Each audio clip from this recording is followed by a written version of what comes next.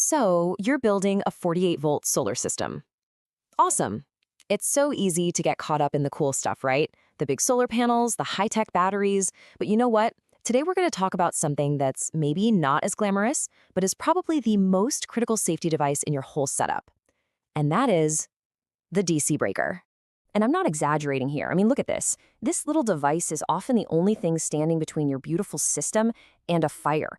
Getting this part right is absolutely fundamental. Because, picking the wrong breaker or putting it in the wrong spot, that can lead to some seriously catastrophic results. Okay, so first things first, let's tackle the biggest, most dangerous mistake I see people make. And that's grabbing an AC breaker and thinking it'll work for DC. I get it. They can look almost identical on the shelf, but on the inside, trust me, they are completely different animals. And this is where the physics gets really interesting. See, with AC power, the stuff in your house walls, the current is constantly flipping back and forth, right? It actually drops to zero, like 50 or 60 times a second. That little zero crossing moment gives an AC breaker the perfect opportunity to snuff out an electrical arc. But DC is a whole different beast. It's a constant, steady, relentless flow of power. It never drops to zero. So when a DC arc starts, there's nothing to stop it. It just keeps burning and burning, getting hot enough to literally melt metal, and, you guessed it, start a massive fire. This is exactly why you absolutely must use a breaker that is built for DC. All right, so we're all on the same page. It has to be a DC breaker. Got it. But what size? How do you figure that out? Well, the rule of thumb is to size your breaker for the biggest continuous load in your system. And 9 times out of 10, that's going to be your inverter. And to figure that out, we use a pretty simple formula. Don't worry, it's not scary. Basically, the current, that's our I in amps, is the inverter's power in watts divided by the system's voltage. But there's one little catch. We also have to account for efficiency, that little eta symbol. See, no inverter is 100% perfect. They all lose a little bit of energy as heat, so we need to factor that in. Okay, let's put some real numbers to this. Say you've got a pretty common setup, a 3,000-watt inverter running on a 48-volt battery bank, and let's say it's about 92% efficient. You run the math, and it comes out to a continuous draw of about 68 amps. But wait, you don't just go out and buy a 68-amp breaker. No way. The number you actually need is higher, and there's a really important reason for that. And that reason is what we call the 125% rule. See, you never size a breaker for the exact load. Electrical codes and just plain old common sense require you to add a 25% safety buffer for any load that's going to be running for a while, say 3 hours or more. This isn't optional, folks. It's a non-negotiable safety margin. So let's go back to our example. We take that 68 amps we calculated and we multiply it by 1.25. And boom, that gives us about 85 amps. Now, you're not going to find an 85 amp breaker at the store. So what do?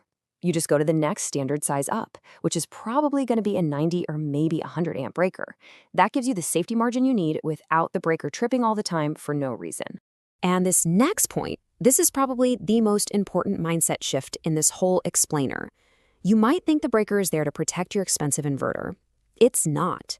Your inverter has its own built-in protections.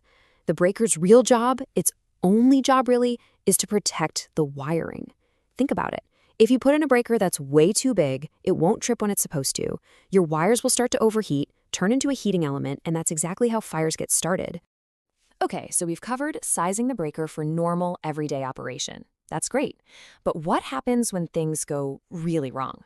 I'm talking about the absolute worst-case scenario, a direct short circuit right at the battery.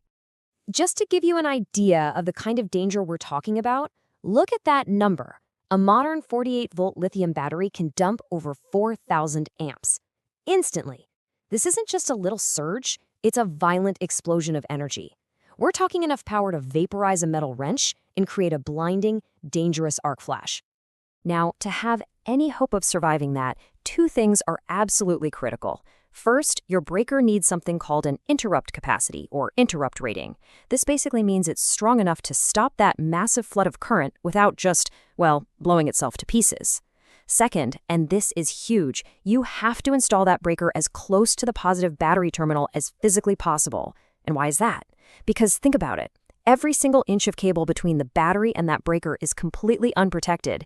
If that little piece of wire somehow shorts to ground, there's absolutely nothing in the system that can stop that catastrophic failure. Okay, that was a lot of information, I know.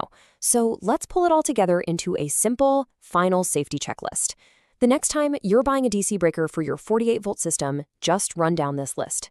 If you can check off all 6 of these points, you know you're making a safe choice. Let's quickly run through it. Number 1, is it actually rated for DC? It has to say DC on it. Number 2, check the voltage rating. It needs to be higher than your system voltage. So for a 48-volt system, you want something rated for 60 volts or more. 3, size the current rating properly. Remember our calculation and that 125% rule? 4, make sure it can handle the startup surge from your inverter without tripping. 5, check the interrupt rating. Can it actually stop a full-on short circuit from your battery? And finally, number 6, the golden rule of wiring. Install it as close to the battery as humanly possible. If you follow these steps, you're building a system that's fundamentally safe from the ground up. So I'll just leave you with this one last really critical question to think about. If you went out to your system right now and a wrench accidentally fell across your battery terminals, would your breaker survive and do its job, or would it fail catastrophically? The answer to that question, well, it tells you everything you need to know.